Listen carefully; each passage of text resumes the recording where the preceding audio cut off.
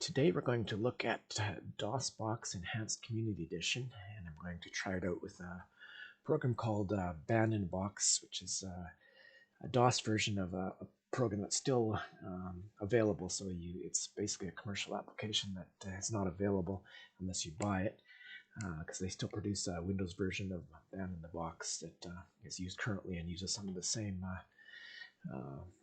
technology, I guess, that was used in the original DOS product. So you have to be able, basically it can't be downloaded. It's not open sourced or abandoned yet. So the DOSBox Enhanced Community Edition is a special version of DOSBox that has some enhanced sound capabilities and some other features, I guess, that make it better for game playing and playing with applications with sound and MIDI. So we're going to give that a try. So if you want to download it, you can download it from this site, and it has built-in support for different kinds of synthesizers, including the Fluidsynth. So that's what we're going to try it with. It can also work with the Roland MT32 MIDI synthesizer, emulating that if you can find the files for that.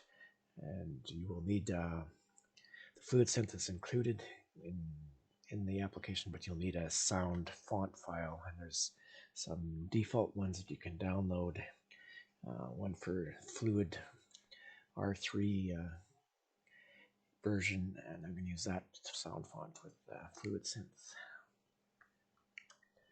So when you start DOSBox Enhanced Community Edition,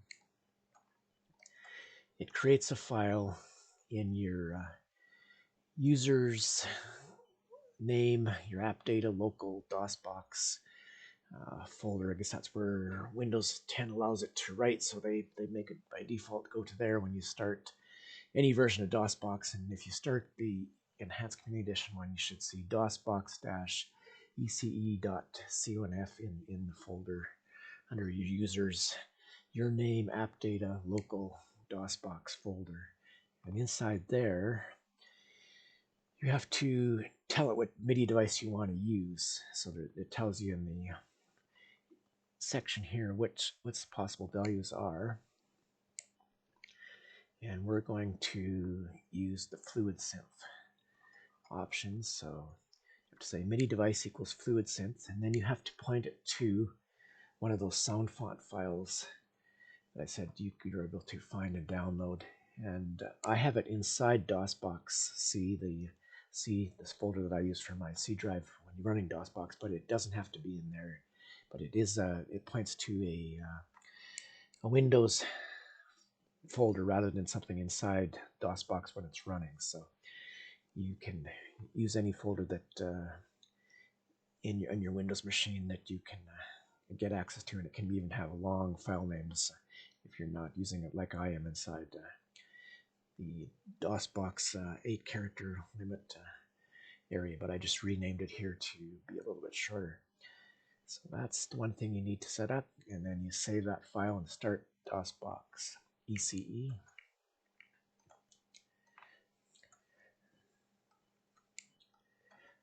So inside DOSBox ECE, you can see it has the library Fluidsynth DLL. That means that's the support that's built into DOSBox. So when we start this,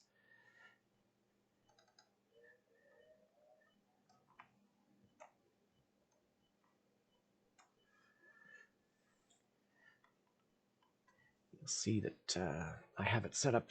You can also add a mount command into that configuration file, so you can automatically mount C drive as whatever folder you have for your C drive folder. So mine is on D, DOSBox C. So just click inside here and then go over to C. So this is my DOSBox folder that I use for my various versions of DOSBox. And the program I have on here is Band in a Box. So when you install it from DOS, it makes a BB folder, and you run it as BB. And Band in a Box itself is set up to use MP401 interface. And and so they don't have to change that if it's already selected. If you set up your config file, it should automatically use any DOS programs, direct them out to an MPU-401 interface with inside the DOSBox ECE environment. So we'll just bring up a sample song.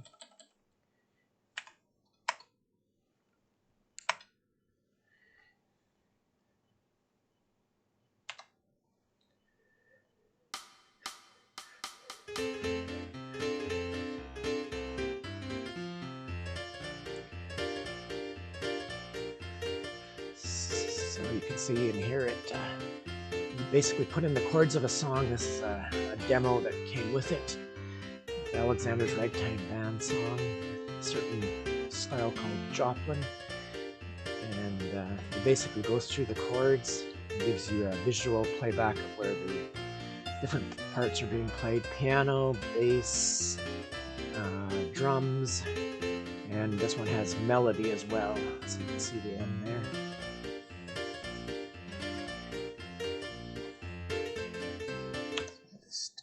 Escape out of that, and we'll choose a different one.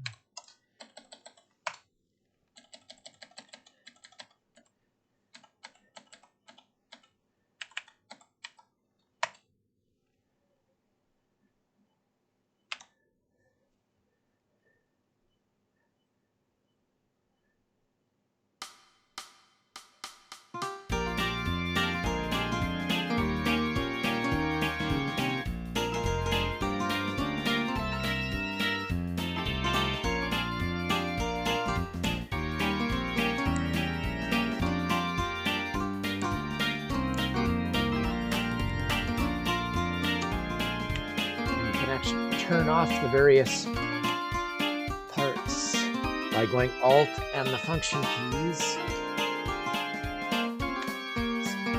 So now we just have melody and the drums playing there.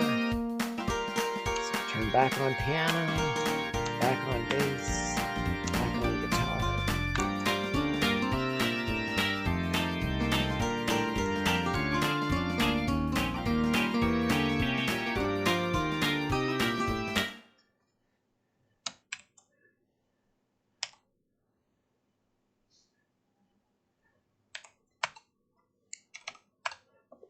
I'll just see, go into the settings here. So basically, there's a bunch of different options that this can support for different sound cards, but MPU-401 is the one we choose to use with DOSBox ECE when it's set up to emulate an MP or a synthesizer through its options in the config file. But it can also support Sound Blaster, different kinds of sound cards too, if the hardware is able to support them. So might do some experimentation later on and see what other ways we can do it too. I know the MP401 can also be used when you configure it for the MT32, but you can also use it with Sound Blaster too if you have Sound Blaster built into your DOSBox options.